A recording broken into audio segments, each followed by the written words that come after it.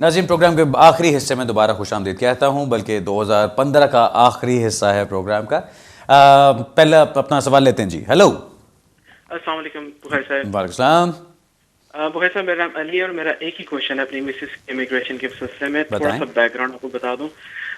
मेरा tier 1 general migrant visa था और मैंने पाकिस्तान से अपनी मिसेस को एज ए डिपेंडेंट बुलाया था। हाँ, जब वो यहाँ पे आ गई तो इससे पहले मेरे 5 साल पूरे होते मैंने 10 साल के लॉन्ग रेजिडेंसी के ऊपर अपना इंडेफिनेट करवा लिया ठीक और उसके बाद अपनी मिसेस को स्पाउस पे कन्वर्ट कर लिया। ठीक। अब मेरा ब्रिटिश नेशनलिटी हो गई है, पासपोर्ट हो गया है और मेरी मिसेस को 5 साल हो जाएंगे ऑल टुगेदर मार्च में। ठीक। मेरा क्वेश्चन ये है कि अब इन्हें स्पाउस के ऊपर 5 साल पूरे करने हैं, इट मींस कि अनदर 4 इयर्स, या कोई ऐसा रास्ता है कि इनका अभी 5 साल की बेस पे इंडेफिनेट हो जाए। मेरा बेटा है जो यहाँ बोर्न हुआ था, उसकी भी ब्रिटिश नेशनलिटी है। आप मुझे ये बताइए, आपकी मिसेस कब आई थी as a dependent? 11th March 2011, 15th March 2011। Okay, 15 March 2011। और उस वक्त आप पॉइंट्स पे सिस्टम के अंदर ही अपने टियर 1 जनरल के ऊपर चल रहे थे? जी, उस पॉइंट बेसिस। ओके, चलें अब आप गौर से सुनिए जी। जी। जब आपने अपनी वाइफ को बुलाया यहाँ पे, आप पॉइंट्स बेस्ड सिस्टम के ऊपर थे। अगर आपने उस वक्त उनको एज अ डिपेंडेंट रख लिया, तो जब आप अपने 5 साल कंप्लीट करते, अगर उनको 2 साल हो चुके हैं आपके साथ, तो वो उसकी बेस पे इंडेफिनिट लीव के लिए अप्लाई कर सकती थी आपके साथ ही। लेकिन आपने वो चीज़ नहीं की। आपने टियर 1 जनरल पे इंडेफिनिट लीव अप्लाई करने के बजाय आपने 10 ईयर्स लॉन्ग रेजिडेंस के ऊपर अपने इंडेफिनिट लीव अप्लाई किया और उस पर आपको मिल भी गया। आपने उनको स्विच भी करा दिया ऑन टू एन FLRM। आपने वो एप्लीकेशन की होगी, उनको वो भी मिल गया। अब अगर आप ये सवाल मुझसे आज से 2 हफ्ते पहले पूछते तो मैं आपको बताता कि हाँ जी, कोई मसला नहीं, आप आराम से अप्लाई कीजिए। होम ऑफिस की अपनी पॉलिसी है कि अगर आपकी वाइफ आपके साथ as a points based system dependent 9 जुलाई 2012 से पहले की थी और उसके बाद आप 10 साल की बेस पे ILR ले लेते हैं, तो आप पहले उनको FLRM पे लेके जाइए। जब उनको यहाँ पे मिल जाता है स्पाउस वीज़ा 2.5 साल का, तो आप बेशक अगले दिन, अगर आपको 2 साल हो गए यहाँ पे, आप बेशक अगले दिन जाके सेटम के लिए अप्लाई कर सकते हैं।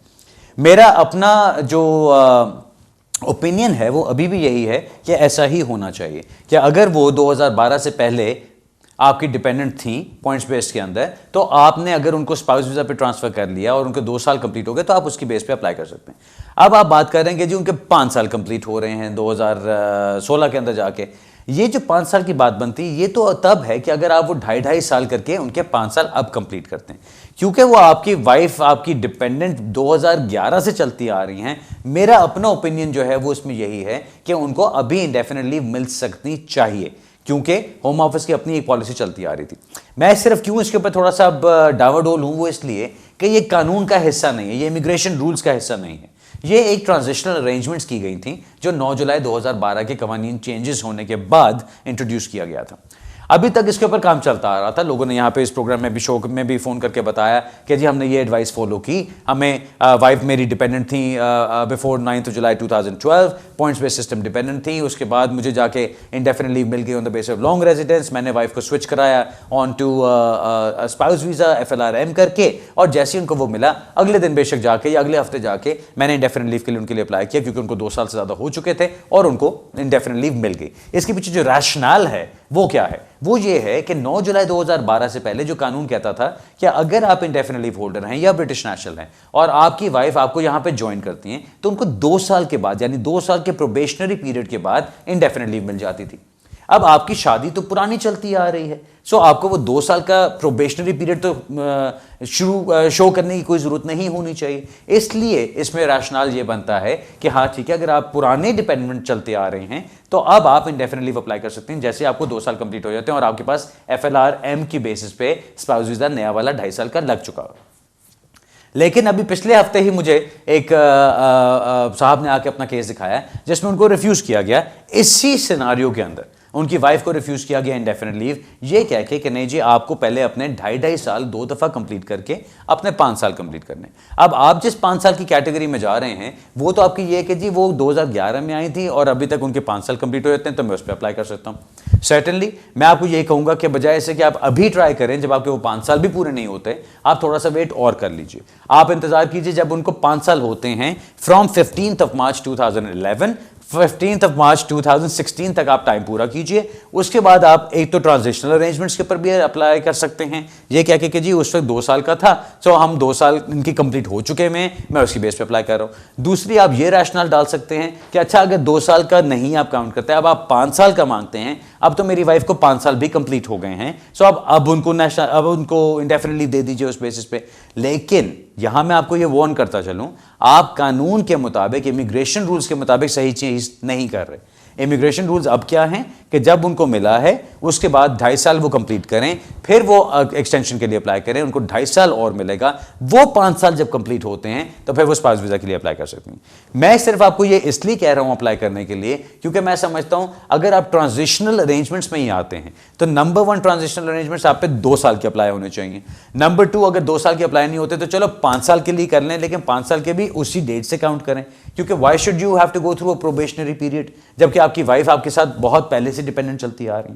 सो ये एक रैशनल को आर्ग्यू करने वाली बात है, इसके ऊपर आप अप्लाई कीजिए, देखिए अगर आपको वो स्टेटस देते हैं ठीक है, अगर नहीं देते तो वो आपको बता दें कि जी आपके 2.5 साल पहले वाले कंप्लीट होंगे तो फिर आप एक्सटेंशन के लिए जाइए, एक्सटेंशन आपकी 2.5 साल की लगेगी, फिर आप 5 साल बाद अप्लाई कर सकते हैं।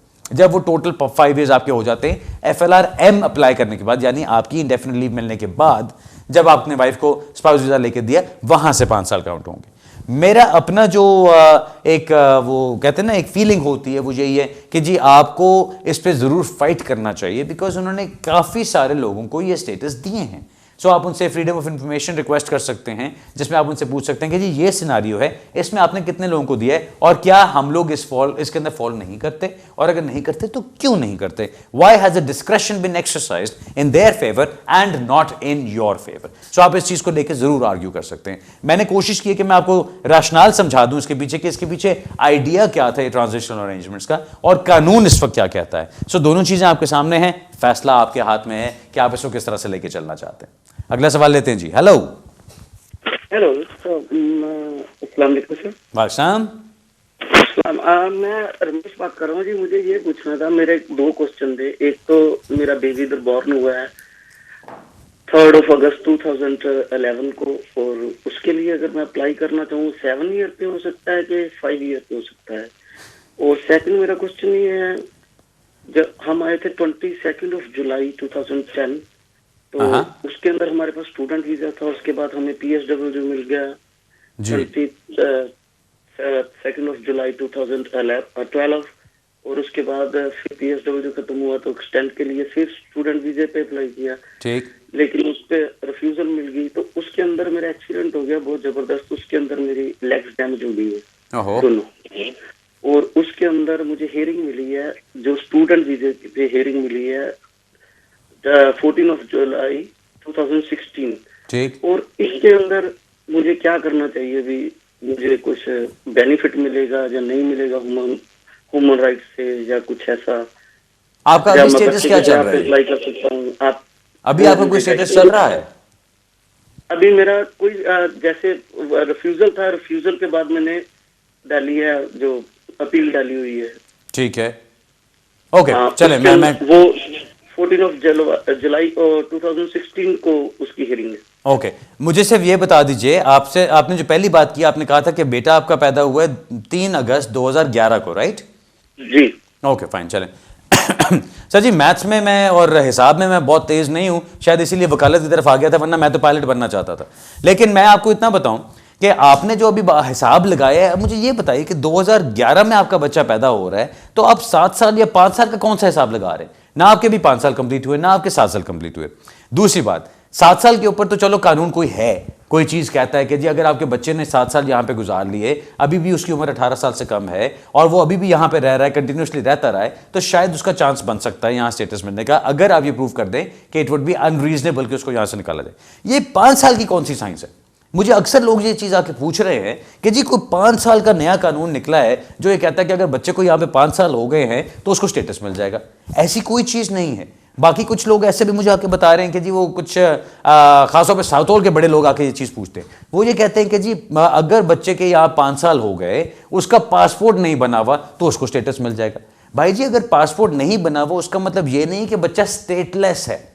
वो स्टेटलेस का एक कानून डिफरेंट चीज है। स्टेटलेस का मतलब ये होता है कि आप आइडेंटिफाई नहीं कर सकते कि ये इंसान, ये बच्चा, ये आदमी, ये औरत कौन सी कंट्री को बिलोंग करते हैं। अगर बाप भी इंडियन नेशनल है, माँ भी इंडियन नेशनल है, तो बच्चा जो यहां पैदा होगा वो बाय बर्थ इंडियन नेशनल ही होगा। उसके ऊपर ऐसा कोई कानून नहीं आ सकता कि उस बच्चे को अगर 5 साल गुजर के आपने पासपोर्ट नहीं बनवाया तो फिर खैर है, सब मजे हैं, मौजा ही मौजा। नहीं जी, ऐसा कुछ नहीं है। कानून ये है कि अगर माँ बाप दोनों अपना कोई कंट्री उनकी नहीं है, किसी कंट्री को वो बिलोंग नहीं करते, अपनी नेशनैलिटी खो चुके हैं, और फिर बच्चा पैदा होता है जो किसी भी कंट्री की नेशनैलिटी हासिल नहीं कर सकता, उसको 5 साल गुजर जाते हैं, तब जाके आप ये बात कर सकते हो। लेकिन ये वैसे चीज़ नहीं आती कि जी बच्चा पैदा होया तो तुसी पासपोर्ट नहीं बनवाया तो बस 5 साल गुजरे थे, फर्स्ट क्लास काम हो गया जी, उन्होंने स्टेटस मिल जाएगा। इस तरह की कोई बात नहीं है जी। सो ये चीज़ मैं अभी वैसे क्लियर करना चाहता हूँ। 5 साल का कोई कानून नहीं है जो बच्चों के लिए अप्लाई होता है। बच्चों के लिए सिंपल चीज़ ये है कि अगर बच्चों को यहाँ पे रहते हुए 7 साल से ज़्यादा हो गए और आप ये प्रूव कर सकते हैं कि ये रीजनेबल नहीं है कि उस बच्चे को यहाँ से निकाला जाए, तब उसको स्टेटस मिलता है। अब इसके ऊपर ईवी फिलीपींस एक केस है और केसेस हैं जो ये चीज़ें कहते हैं कि जी बच्चे के पहले 4 साल जो होते हैं, जो बच्चा यहाँ पैदा हुआ, वो तो उसके होश के भी नहीं होते।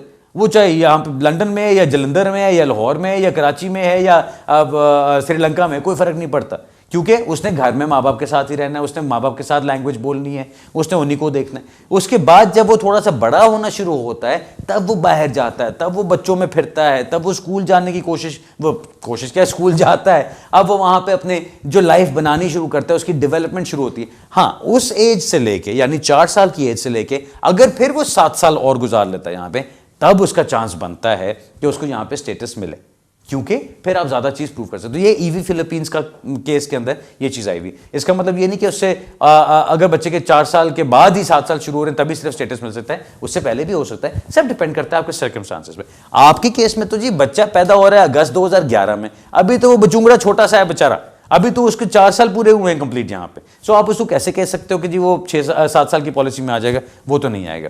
दूसरी चीज, आपने अपना बताया कि आप लोग आए थे 2010 के अंदर, आपको यहाँ पर आए हुए अभी 5.5 साल भी नहीं हुए। सो आप किस खाते में जा रहे हैं कि आपको स्टेटस मिलेगा? आपको भी अभी कुछ नहीं मिलेगा। अब तो कानून सिंपल ये है कि जी जो कुछ भी आपका चल रहा है, अगर आप किसी कानून के अंदर फॉल करते हैं तो ठीक है, अदरवाइज कोई एक्सेप्शनैलिटी में आ जाए।